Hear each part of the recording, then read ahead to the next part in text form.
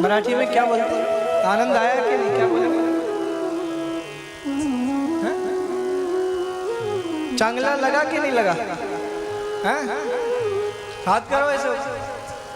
हाँ, हमारे निम्बार्क संप्रदाय के जितने भी भक्त वृंद संपूर्ण विश्व में आस्था के माध्यम से श्रवण कर रहे हैं, उन्हें पता चलना चाहिए कि हमारे मूंगी के भक्तजन भगवान निम्बार्क के प्रति कितनी श्रद्धा, अगाध श्रद्धा रखते हैं।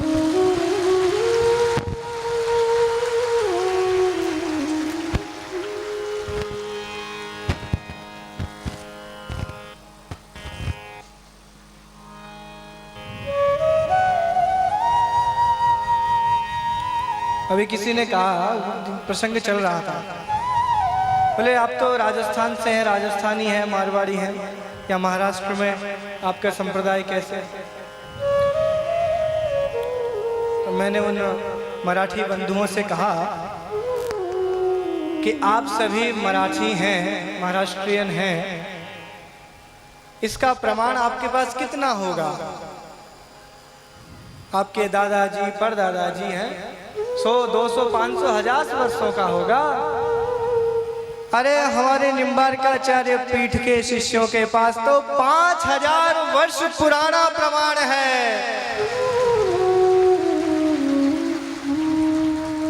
अरे पक्के मराठी तो हम ही हैं, आप सबसे पुराने।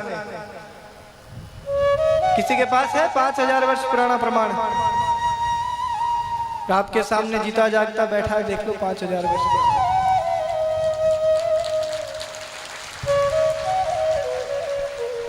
अब मराठी भाषा नहीं आए इसका मतलब ये नहीं कि हम महाराष्ट्र से नहीं हुए हैं। सीख लेंगे भाई, समय लगता है। सनई कंथा सनई पंथा सनई पर्वत लंघनम। धन्य है महाराष्ट्र की यह परम पावन भूमि। कितने सरल है यहाँ के लोग। आप देखिए कितनी भीषण, मानो निम्बार्क भगवान ने प्रसन्न होकर अपने सुदर्शन चक्र के प्रभाव को इतना तीव्र कर दिया है, इतने प्रसन्न हो रहे हैं निम्बार्क भगवान आज इस मूंगी धाम से भगवत जनों की अपार श्रद्धा को देखकर। उसके उपरांत भी देखिए भगवत जन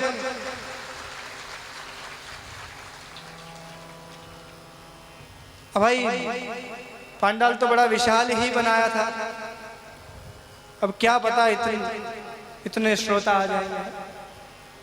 तो सभी कार्यकर्ता कल प्रयास करें कि भगवत जनों को कष्ट ना हो, क्योंकि सुदर्शन चक्र का ताप तो बड़ा तीव्र होता है। सूर्य कोटि समप्रभ, करोड़ों सूर्यों के समान सुदर्शन चक्र का प्रताप है, तो वो तो प्रकाशित होगा ही। और अब तो प्रसन्न है।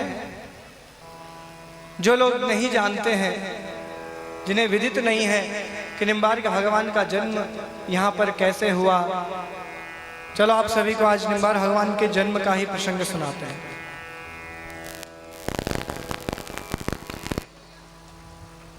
सुनना चाहेंगे?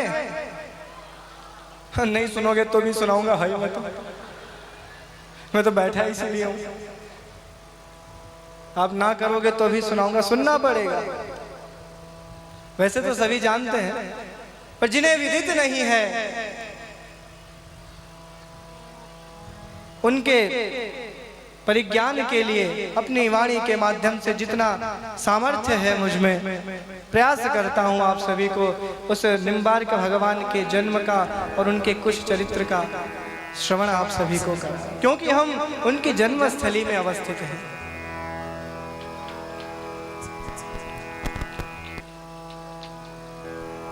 जब द्वापर के अंत का समय आया, कलयुग का प्रारंभ हुआ,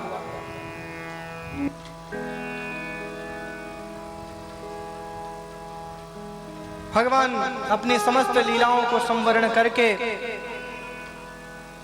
स्वधाम गमन को पधारे।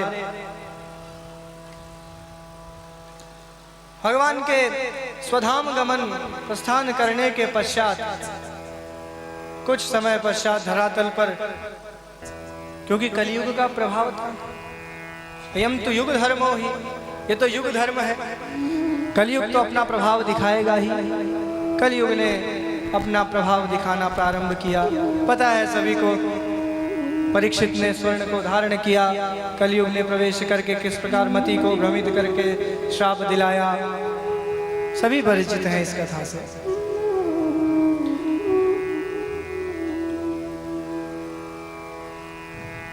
भगवान ने देखा धरातल पर अधर्म का आधिक्य है, और भगवान का सत संकल्प भी है, यदा यदा ही धर्मस्य ग्लानिर्भवति भारत अभ्युत्थानम् अधर्मस्य तदात्मानं सृजाम्यहम् परित्राणाय साधूनां विनाशाय च दुष्कृतां धर्म संस्थापनार्थाय संभवामि युगे युगे। हम सभी भली भांति परिचित हैं, प्रत्येक सनातन धर्मी इस श्लोक से परिचित है। तो जब भगवान या तो स्वयं प्रकट होते हैं, स्वयं अवतार धारण करके इस भूभार को हरते हैं, भगवज्जनों के अभिलाषाओं को पूर्ण करते हैं,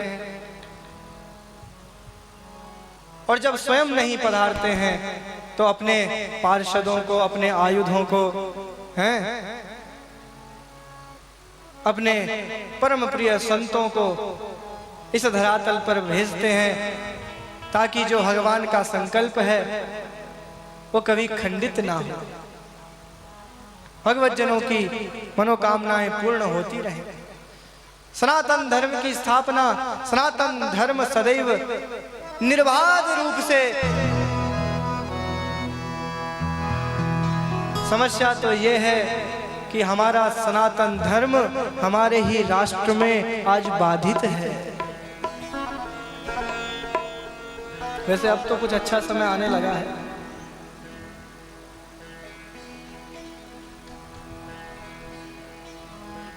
देखते हैं कितना कुछ हो पाता है।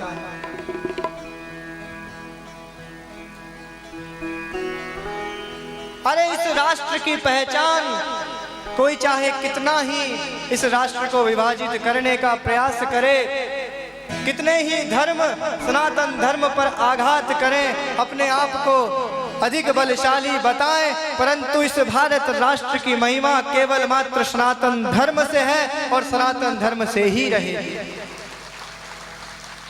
ये राष्ट्र गुरु, ये विश्व गुरु का जो पद है वो किसी दूसरे धर्मों के कारण नहीं मिला, केवल मात्र हमारे सनातन धर्म के कारण इस भारतवर्ष को विश्व गुरु की उपाधि मिली।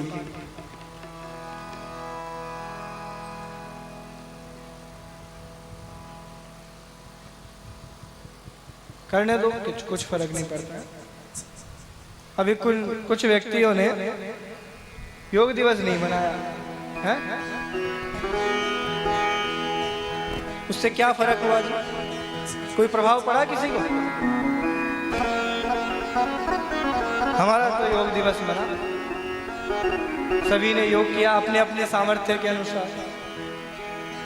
और वृंदावन में एक कहावत है? क्या है? एक बंदरिया रूठने से वृंदावन सूना नहीं होता। कहा जाता है हास्य विनोद में। मूर्ख हैं लोग, स्वयं का हित करते हैं। ये तो अच्छी वस्तु है। तो जब जब भी इस भूमि पर अधर्म का आधिक्य होगा तो या तो भगवान स्वयं प्रकट होंगे, नहीं तो अपने पार्षद, अपने आयुध, किसी ना किसी महान व्यक्ति को हमारे समक्ष अवश्य भेजेंगे।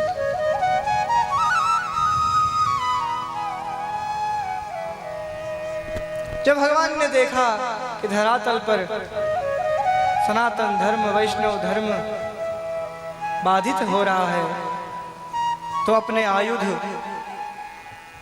सुदर्शन चक्र को आदेश प्रदान किया। सुदर्शन महाबाहो सूर्यकोटि समप्रभ अज्ञानान्तिमिरान्धना विष्णोर्मार्गं प्रदर्शय। भगवान आशीष दिया अपने सुदर्शन चक्र को। सुदर्शन महाबाहो कोटि सूर्य समप्रभ, हे करोड़ों सूर्यों के समान प्रकाश को धारण किए हुए दैदीप्यमान सुदर्शन चक्र राज,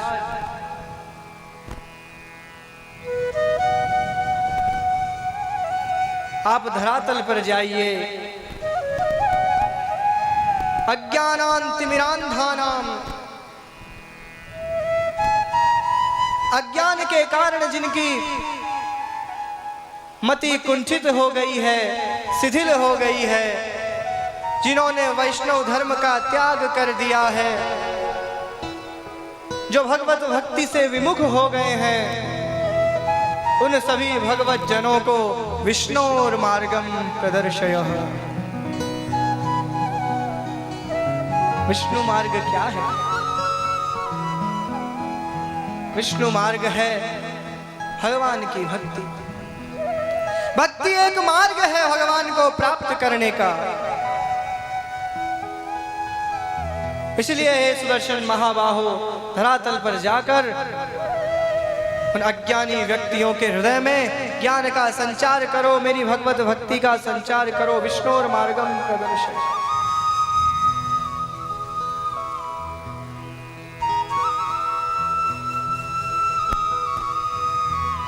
सुदर्शन चक्र ने भगवान की आज्ञा को शिरोधार्य करके पूछा, भगवान मैं कहां जन्म लूं? ये संपूर्ण वर्णन भविष्य पुराण में वर्णित है, जो कोई भी देखना चाहे देख सकता है। भगवान वेदव्यास ने पूरा वर्णन किया है। मेरोश्चे दक्षिणे पार्श्वे देवनद्यास्तटे शुभे, देशे तैलंग के रम्ये देवर्षिवर सेविते। कहा है सुदर्शन, तुम्हें धरातल पर मेरेश्वर दक्षिणे, सुमेरु पर्वत के दक्षिण भाग में पार्श्वे देव नद्यास्तटे शुभे, देव नदी गोदावरी को कहा जाता है। गोदावरी के परम पावन तट पर जैसे तेलंग के, पहले जो क्षेत्र था ना, तेलंग प्रदेश के नाम से प्रचलित था पुरातन काल में। ये जो संपूर्ण क्षेत्र आप सभी हम यहाँ अवस्थित हैं, ये तेलंग देश के नाम से शास्त्रों में वर्णन है। और अब तो संभवतया विभाजन भी हुआ है, दो प्रदेश बने हैं, तेलंगाना और आंध्र प्रदेश। तो ये जो क्षेत्र था उस समय तेलंग प्रदेश के नाम से सुप्रचलित था। अब ये महाराष्ट्र के क्षेत्र में है। तो तेलंग प्रदेश में जाकर गोदावरी के परम पावन तट पर, जहां पर देव ऋषि अपने अपने आश्रमों में निवास करके मेरी परम भक्ति करते हों, उस परम पावन क्षेत्र में, इस क्षेत्र का नाम श्री क्षेत्र है, उस श्री क्षेत्र में जाकर वहां पर प्रकट हुई।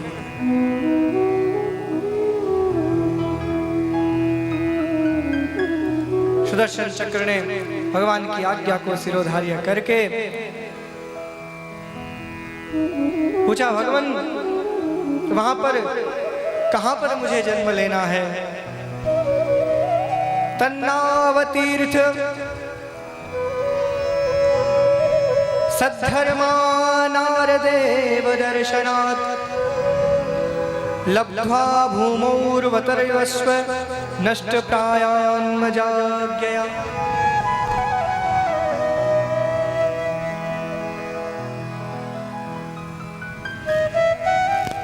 जाओ, वहां पर अनेक ऋषि मुनि निवास कर रहे हैं, परंतु तुम्हें नाम्ना अरुण इति ख्यातो वेद वेदांग पारंगः ऋषि रूप धरश्चासी अन्यता भार्यया सह। बोले उस परम पावन क्षेत्र में जहां पर समस्त ऋषि मुनि निवास करते हैं, वहां पर नामना अरुण इति ख्यात अरुण मुनि, अरुण ऋषि के नाम से सुविख्यात ऋषि वहां पर निवास करते हैं। उनके आश्रम में उनकी जो पत्नी है माता जयंती, वहां पर तुम्हें जन्म लेना है। तो भगवान सुदर्शन चक्रराज इस क्षेत्र में, इसी स्थान पर जहां पर आज हम सभी अवस्थित हैं, जहां पर निम्बार्क भगवान का सुंदर देवस्थान मंदिर बड़ा भव्य हम सभी को दर्शन प्राप्त होता है, इसी स्थान पर सुदर्शन चक्र के अवतार श्री नियमानंद ने माता जयंती और अरुण ऋषि के आश्रम में बड़ा सुंदर जन्म लिया। भव्य सुंदर भगवान का जन्म महोत्सव मनाया जाता है। बोलिए नियमानंद भगवान की।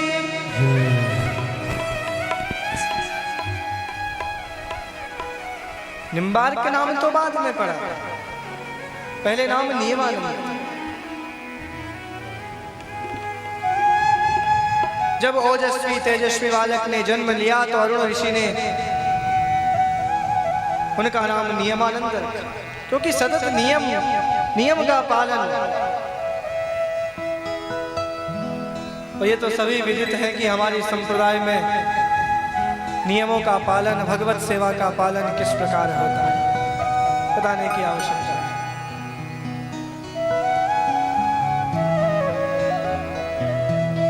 अब नियमानंद से निम्बार्क कैसे नाम पड़ा, इसका प्रसंग भी बड़ा सुंदर है।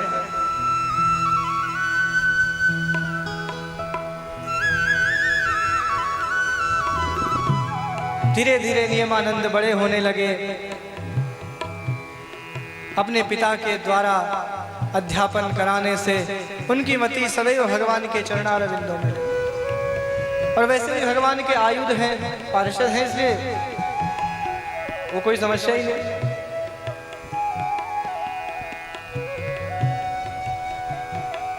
एक दिन ब्रज मंडल से कुछ संत महात्मा ब्रजवासी दक्षिण भारत की यात्रा करते हुए इस स्थान पर पधारते हैं। ध्यान से सुनिएगा, ये हमारा क्षेत्र जो मूंगी है ना, बड़ा पावन है। संतों का सदैव यहाँ पर आश्रय मिला है सभी। दक्षिण भारत की यात्रा, रामेश्वरम की, तिरुपति की जब यात्रा होती है, भगवान विट्ठलनाथ के दर्शन के लिए जाते हैं, तो मार्ग यही है, यही है ना, लिखा हुआ है। आज संभवतया निम्बार्क भगवान की पालकी भी प्रस्थान की है विट्ठलनाथ की। आषाढ़ की जो एकादशी आती है, उस दिन भगवान विट्ठलनाथ के दर्शनों का बड़ा महत्व है। पंढरपुर में लाखों की संख्या में भगवत जन वहां पर उपस्थित होते हैं। पिछले वर्ष से सभी मूंगी ग्रामवासियों ने, इस क्षेत्र के भगवत भक्तों ने ये प्रण लिया कि प्रति वर्ष निम्बार्क भगवान की पालकी भी पंढरपुर जाएगी।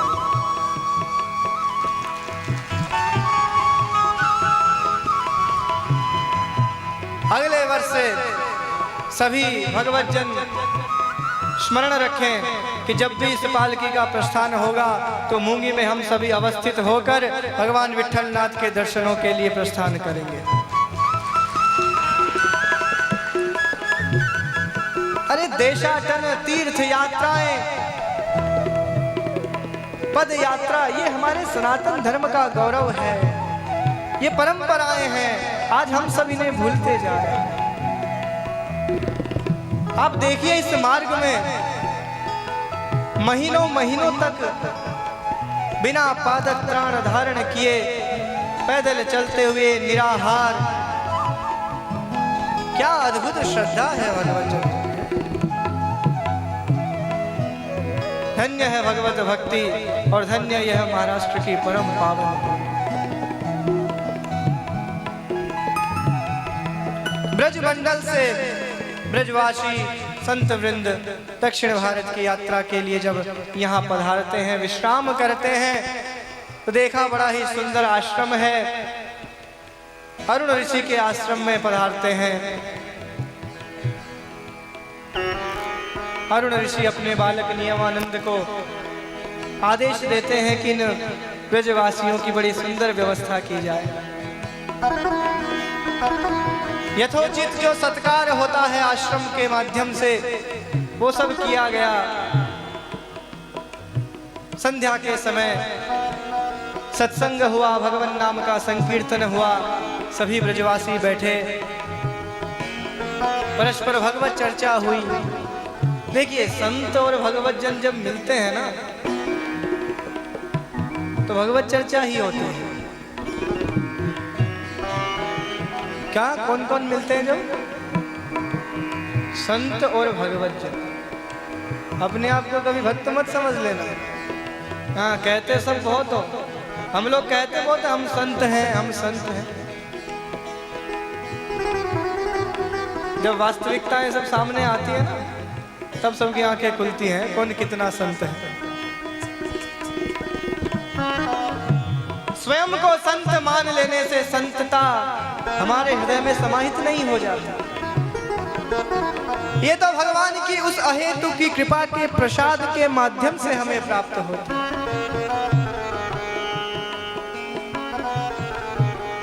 संतत्व प्राप्त होना बड़ा कठिन है।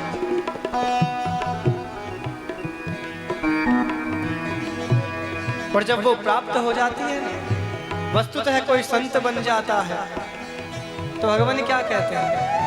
साधवो हृदयं मह्यं साधूनां हृदयं त्वहं मद्यन्ते न जानन्ति नाहं तेभ्यो मनागपि। जो वस्तुतः संत हैं, जिनमें संतता विद्यमान है, वो कौन है? वो मेरा हृदय है, ये भगवान कहते हैं। साधवो हृदयं मह्यं साधूनां हृदयं। और उनके हृदय में कौन निवास करता है? तो उनके हृदय में केवल मैं ही निवास करता हूँ। इसके अतिरिक्त कोई भी लोभ वासना, कोई भी संसार को प्राप्त करने की आकांक्षा नहीं होती। केवल मैं ही उनके हृदय में। मद्यन्ते न जानन्ति नाहं तेभ्यो मनागपि।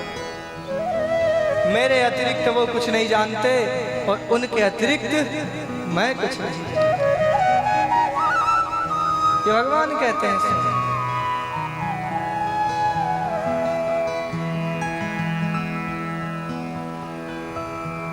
अरुण ऋषि और ब्रजवासियों का बड़ा सुंदर परस्पर मिलन, भगवत चर्चा, भगवान नाम संकीर्तन। जीवन की सार्थकता तो इसी में ही है। व्यर्थ वार्तालाप में कुछ नहीं व्यतीत। इतने समय तो केवल व्यर्थ वार्तालाप होता था, आजकल वार्तालाप नहीं होता, आजकल वो व्हाट्सएपालाप होता है।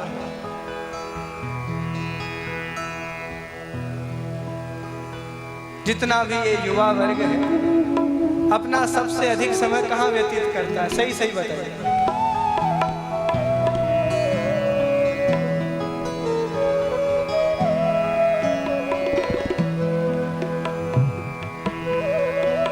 कम समय व्यतीत करो भाई, जितनी आवश्यकता हो उतना करो। सुविधाओं का उपयोग उतना ही होना चाहिए जितना आवश्यक हो। मैं ये नहीं कहता कि बंद करो, हाँ सब लट्ठे लेके पीछे पड़ जाओगे मेरे।